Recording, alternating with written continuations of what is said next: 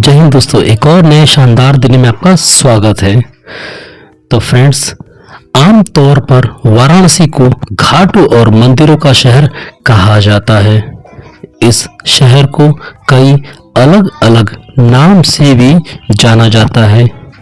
वाराणसी, काशी और बनारस। वाराणसी शहर में कुल 88 घाट हैं, जो सभी गंगा नदी के किनारे स्थित हैं।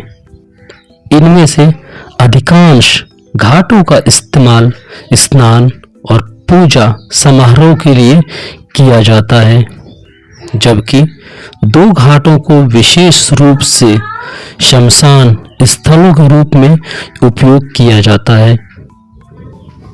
वैसे तो वाराणसी में छोटे बड़े लगभग 88 घाट हैं, लेकिन हम इस वीडियो में वाराणसी या बनारस के प्रमुख घाटों के बारे में जानने वाले हैं, जहां हर दिन हजारों श्रद्धालु और पर्यटक गंगा नदी में डुबकी लगाने, घूमने और नाव की सवारी के लिए आते हैं।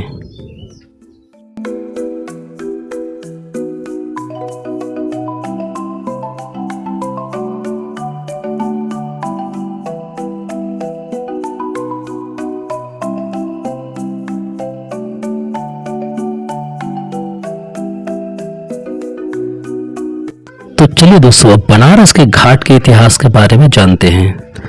वाराणसी के अधिकांश घाटों का पुनर्निर्माण 1700 ईस्वी के बाद किया गया था, जब यह शहर मराठा साम्राज्य का हिस्सा था। वर्तमान घाटों के संरक्षक मराठा, शिंदे, होलकर, भोसले और पेशवाई हैं।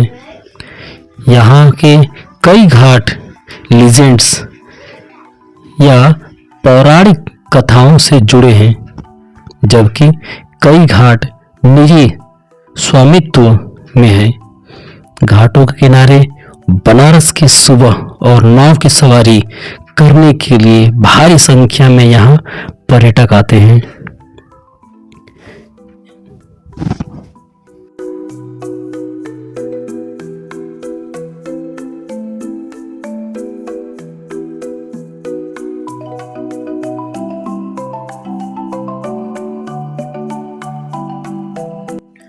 तो दोस्तों, अब घाट के बारे में कुछ बात करते हैं। सबसे पहले हम बात करेंगे दशाश्वमेध घाट के लिए। तो दोस्तों, सबसे पुराने और सबसे महत्वपूर्ण घाटों में एक दशाश्वमेध घाट वाराणसी के सबसे ओजस्वी घाटों में से एक है। इस घाट को लेकर 2 हिंदू पौराणिक कथाएं प्रचलित हैं। पहला कि इस घाट का निर्माण भगवान ब्रह्मा ने भगवान शिव के स्वागत के लिए करवाया था। दूसरी पौराणिक कथा है कि यहाँ यज्ञ के दौरान 10 घोड़ों की बलि दी गई थी। संध्या काल में गंगा आरती के दौरान दशाश्वमेध घाट जीवंत हो उठता है।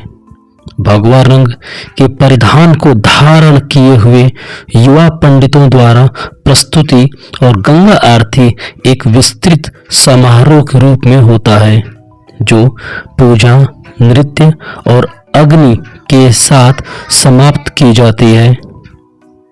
नदी किनारे जलती दीपक की रोशनी और चंदन की महक घाट को ढक लेती है। घाट के नजदीक स्थित जयपुर के महाराजा जय सिंह द्वारा बनाई गई वेधशाला जंतर मंतर का नजारा भी दिखाई देता है।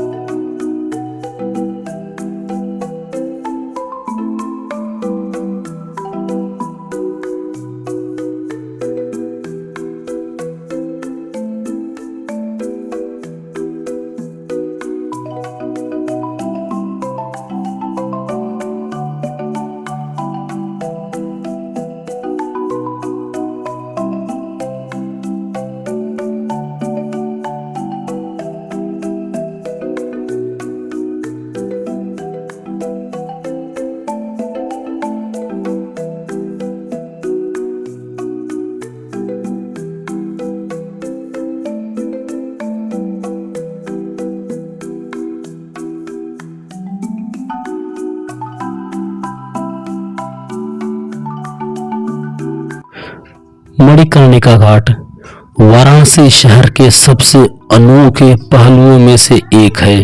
मणिकर्णिका घाट पर स्थित अंतिम संस्कार की जगह, जो शहर के भीतर और पवित्र मंदिरों के पास स्थित है, कतार में रखी लकड़ियों के ढेर और आग की धारा में लगातार जलते शव, प्रत्येक शवों को कपड़े में लपेटकर एक अस्थायी स्ट्रेचर पर गलियों से लाया जाता है।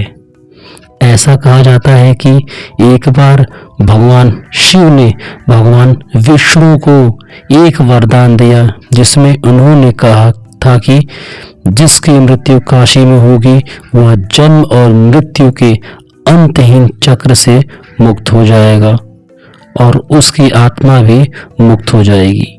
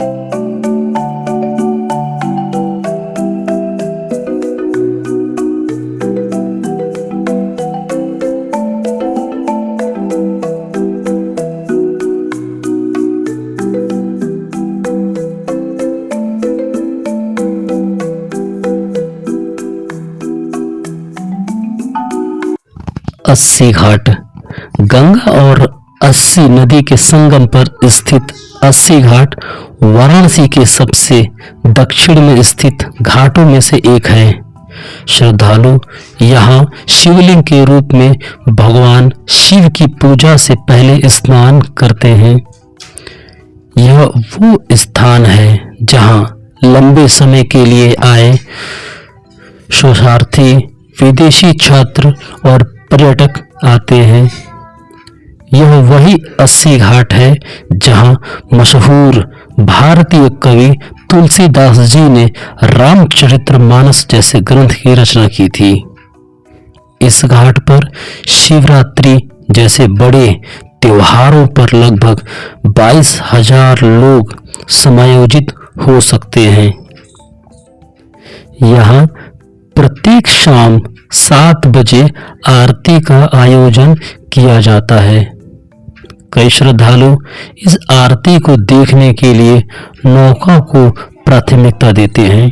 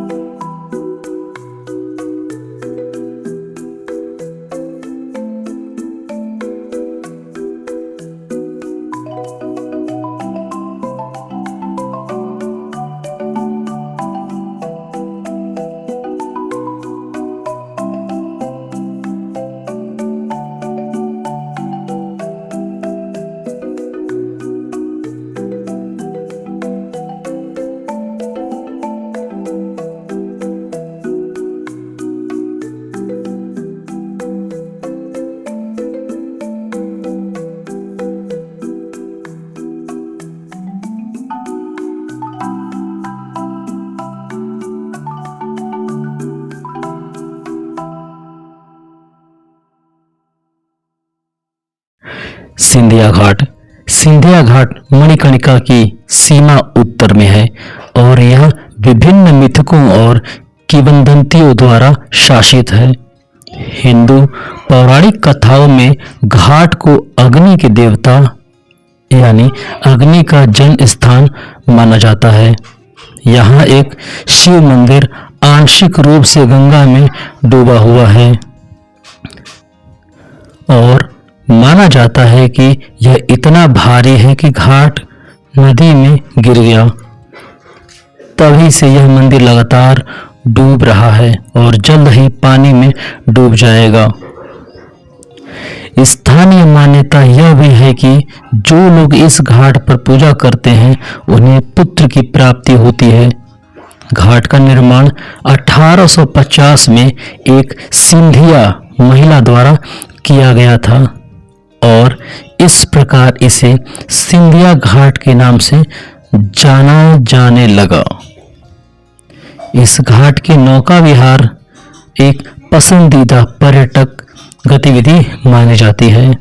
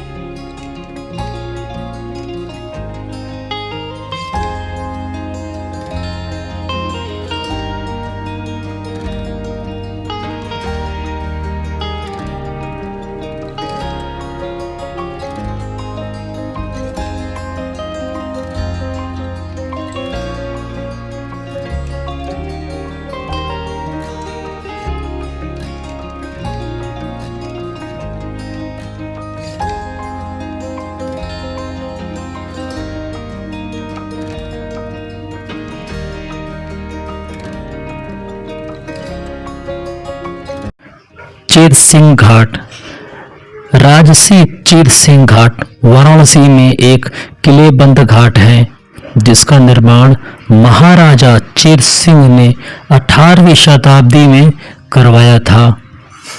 घाट और उसके आसपास के क्षेत्रों में महाराजा चीर सिंह और भारत के पहले गवर्नर जनरल वॉरेन हेस्टिंग के बीच भयंकर युद्ध की पृष्ठभूमि के रूप में भूमिका निभाई गई थी।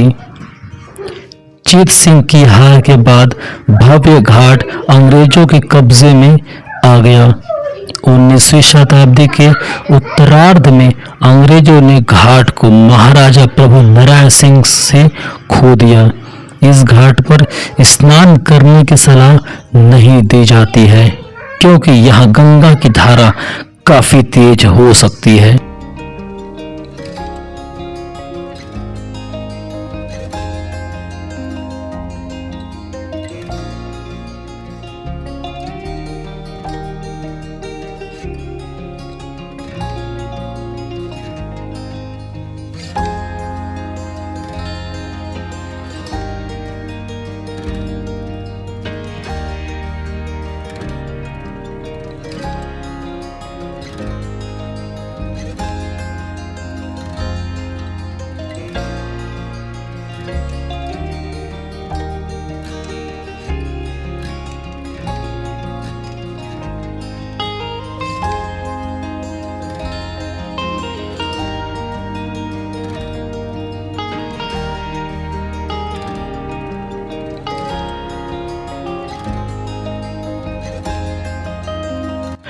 गंगा महल घाट।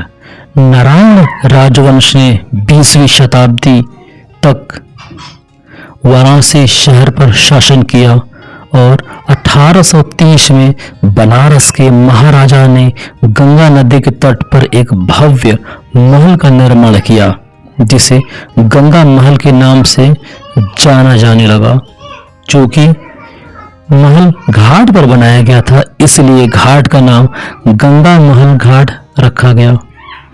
अस्सी और गंगा महल घाट के बीच पत्थर की सीढ़ियां दो घाटों को अलग करती हैं और घाट पर सुंदर नक्काशी राजपूतों की भव्यता और स्थापत्य संस्कृति को दर्शाती हैं।